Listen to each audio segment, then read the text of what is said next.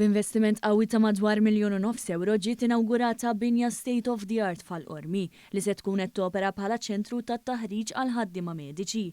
Dan l-investiment li qed isir bejn il-Malta Union of Midwives and Nurses l-MUMN u l-Ministeru għas-Saħħa u l-Anzjanità Attiva se jkun qed jilqa' lil madwar 4,000 professjonist mediku għat-taħriġ. Dan hu r-raba' ċentru tax-xorta tiegħu li qed tiftaħ l-MUMN. Bil-President tagħha Paul Paċ jisħaq li din hi ġurnata storika għall-Unjon b'din l-inaugurazzjoni tal-binja li jimamra wkoll b'sala għall-konferenzi.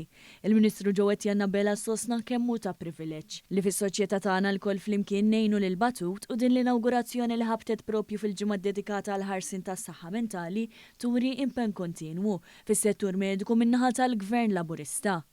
Il-Gvern innifsu huwa kommess li jgħin f'dan il-qasam hawnhekk illum qed nuru li bejn il-Gvern u l-MUMN, il-Union tal-Infermiera u l-Qwiebel, hemm intiża sħiħa 4,200 professjonist li 30 persuna kull ġimgħa ħajkunu jirċievu tagħlim u support dwar is-saħħa mentali.